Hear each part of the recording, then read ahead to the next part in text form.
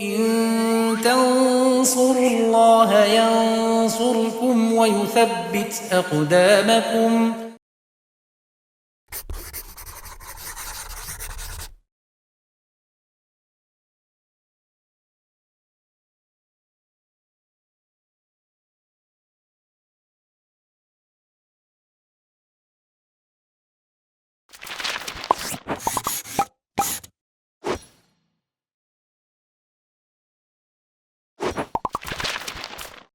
Bismillah, alhamdulillah, wassalatu wassalamu ala rasulillah wa ala alihi wa sahbihi wa man tabi'ahum bisanin ila yaumiddin, amma ba'd.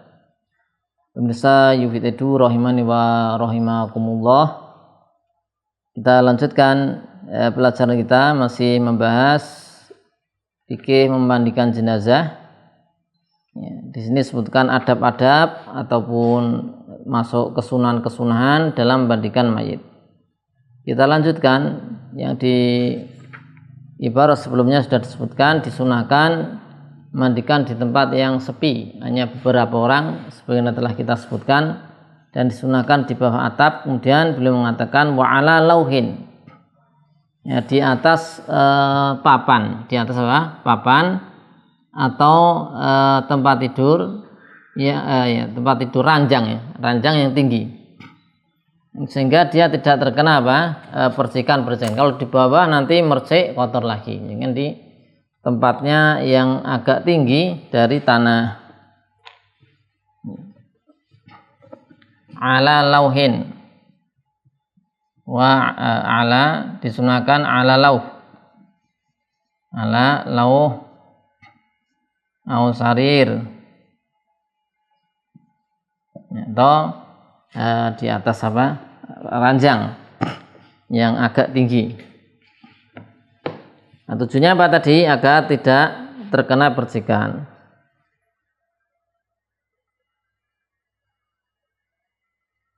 Ya. Dan di sini di Surah Al-Karim disebutkan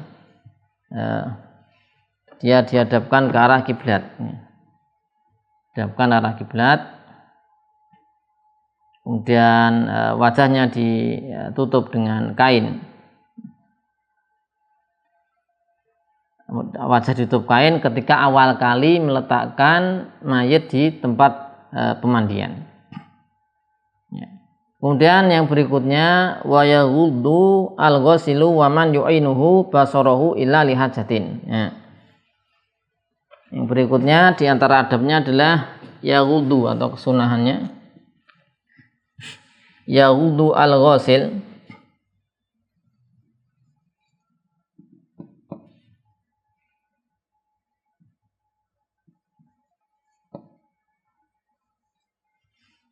waman yu'inuhu, dan orang yang membantunya,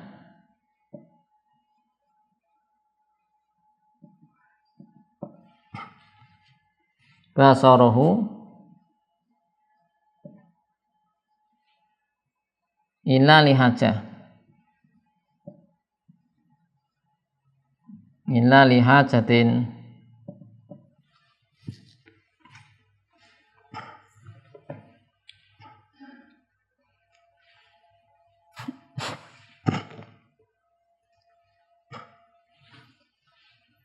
Ya, disunahkan seseorang yang memandikan mayit itu menundukkan pandangan, jadi tidak melihat yang selain aurat, ya. Ini bicara yang selain aurat itu kalau bisa disunahkan tidak dipandang, dinundukkan pandangan. Nah, kalau aurat itu wajib nggak boleh dipandang. Ya, aurat nggak boleh. Auratnya orang yang meninggal, mayit, ketika memandikan tuh nggak boleh orang yang memandikan melihat auratnya. Tapi kalau melihat selain aurat, misalnya laki-laki, ya, berarti kan auratnya antara pusar dan lutut. Nggak boleh dia melihat area antara pusar dan lutut. Di area yang lain boleh, tapi sunnahnya tidak dilihat. Ya, kecuali ada hajat, ya. Karena kalau memang ada hajat butuh dilihat, tidak apa-apa. Melihat di luar aurat, ya, selain aurat, kecuali ada hajat tadi, ya.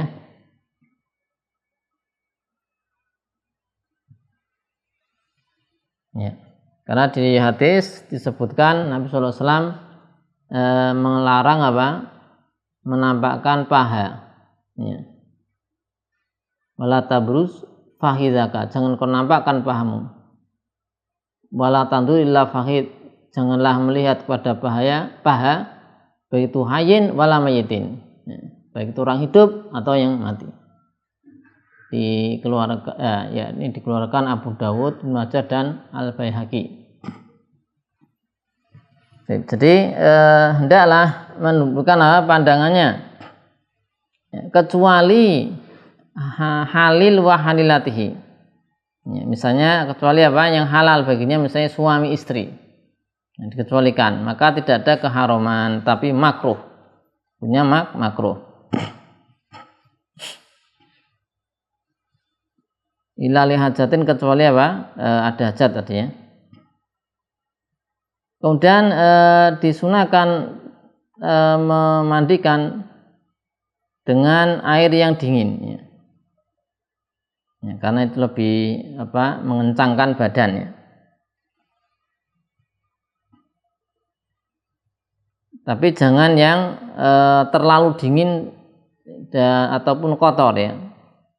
Jangan dimandikan yang dengan air yang terlalu dingin ataupun yang kotor. Atau dan jangan berlebihan ketika misalnya menghangatkan atau memanaskan. Ya. Nah, ini tadi disunahkan dengan air dingin, tapi tidak boleh terlalu dingin. Ya. Tidak boleh terlalu dingin. Kemudian disebutkan di sini makruh mandikan dengan air zam-zam. Ya. Yukrahu ghusluhu bi min zam-zam ya. Baik. Kemudian yang berikutnya beliau mengatakan atau ada faedah di al-hadiyah al-mardiyah, disunahkan yundabu an yakuna al-ghusil aminan ya. Disunahkan yang mandikan orang yang bisa dipercaya. Kenapa? Karena yang pertama agar dia bisa menjaga agar dia bisa dipercaya untuk menyelesaikan pemandian dengan sempurna. Ya. Dengan apa? Sempurna. Kemudian juga kaitannya dengan dia akan menutupi apa yang dia lihat. Ya.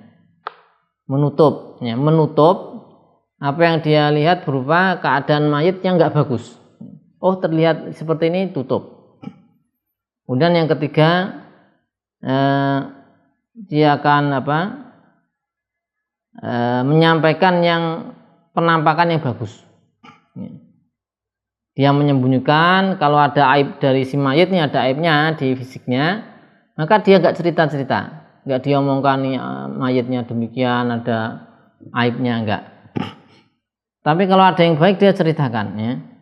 Wa nashru ma yara min husni halihi. Baiknya apa? Keadaannya. Dan nanti akan juga lebih menarik perhatian untuk banyak orang yang akan sholat. Nah, di sini disebutkan hadis di riwayat Baihaqi dari Ibnu Umar radhiyallahu anhuma, beliau mengatakan qala Rasulullah sallallahu alaihi wasallam uzkuru mahasina mautakum, sebutkanlah yang baik dari mayit-mayit kalian, waqafu atau kufu an masawihim, yaitu tahanlah untuk menyebutkan yang buruk-buruknya. Karena orang enggak dipercaya, mungkin dia akan ketika melihat suatu cacat buruk dari mayit, dia malah cerita-cerita kepada yang lain, maka ini tidak dibenarkan. Kemudian yang berikutnya wa mashu batnihi biquwah.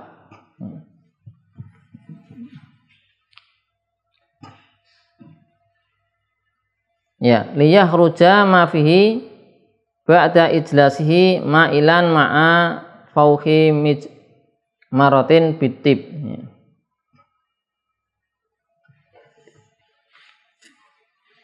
Kita lihat di sini di antara kesuwana ini Yusanu ya, masih sini Yusanu mashu batnihi, mengusap, mengurut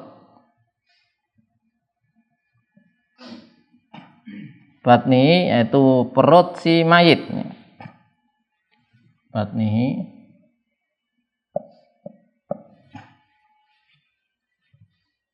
bikuatin,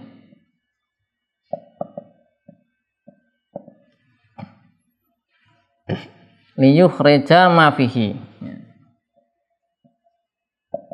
liyukhrija ma fihi. Jadi perut diusap atau diurut ya, agar sesuatu yang ada di perutnya, kotoran bisa keluar.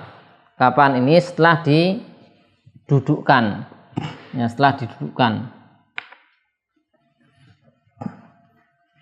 setelah didudukkan dengan keadaan duduk condong ya. Kemudian nanti ada diberi macam dupa atau uap ya, wangian, bitibi ma'al fauhi bitmarotin bitib, diuapi gitu ya, dengan uap wangian ya, sampai selesai mandikan ya. Jadi ditekan, diurut dengan kuat agar sisa-sisa kotoran keluar dari perutnya. Jadi nanti posisinya mayit itu didudukkan tapi miring gini ya, duduk tapi miring ya, condok ya, miring seperti ini ya, miring ke belakang ya. Nanti dia punggung mayit disandarkan pada kaki orang yang memegangi tadi, lutut yang kanan ya. Kemudian yang berikutnya maka soroti sop ya. Banyak melakukan guyuran ya. Banyak melakukan guyuran air agar kotoran-kotoran, aroma-aroma itu nanti hilang ya. Kasratu sop ya.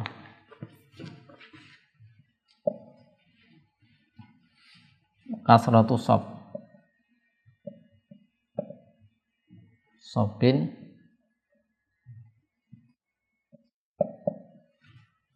kasratu sop ya, banyak guyurannya banyak agar kotoran-kotoran, aroma itu ya hilang.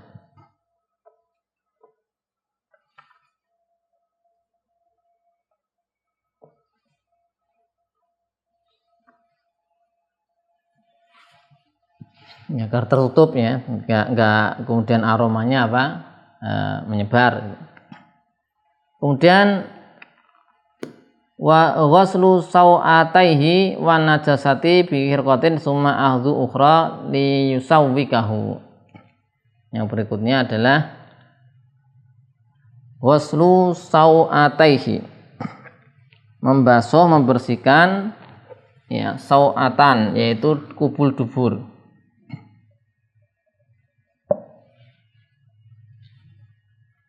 Ghaslu sawataihi,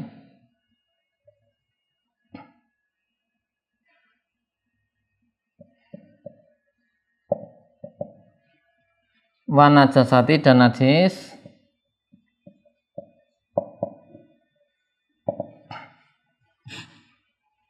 bihirqah dengan kain atau kaos tangan semisalnya. Kemudian mengambil kain atau kaos tangan yang lain beda untuk mensiwaki seperti itu. Jadi kubul dubur itu dibasuh, dibersihkan di sekitarnya. Ya seperti orang cebok, seperti istinja cebok orang hidup. Ya. Tapi ini wajib pakai lapisan. Ya. Pakai lapisan itu penghalang. Jadi tangannya enggak langsung ya. Jadi tangan diberi penghalang kain atau kaos tangan misalnya. Ya. Ini sini wajib ya, dengan kain tadi. Karena ini cebok di membersihkan najis di kubul dubur, maka tangan wajib diberi lapisan. Tapi di sini di Busyarahul Karim kalau nanti membersihkan najis di selain kubul dubur, maka disunahkan saja pakai kaos tangan. Kemudian setelah itu dia mengambil kain yang lain atau kaos tangan yang lain, dipakai ya di tangan yang kiri ya, untuk dia bersiwak. Ya. Disiwakin ya, disikat, dibersihkan. Ya, dibersihkan pakai tangan dan dilapisi dengan kaos tangan. Ini tentu beda tadi kan, kaos tangannya tadi untuk bersihkan najis, sekarang kaos tangan baru beda lagi untuk membersihkan gigi mulut si mayit. Ya, demikian beberapa kesunahan atau adab dalam memandikan mayit. Yang selanjutnya akan kita baca di sesi berikutnya. Wassallallahu ala sayyidina Muhammadin wa ala alihi washabihi wasallam. Walhamdulillahirabbil alamin.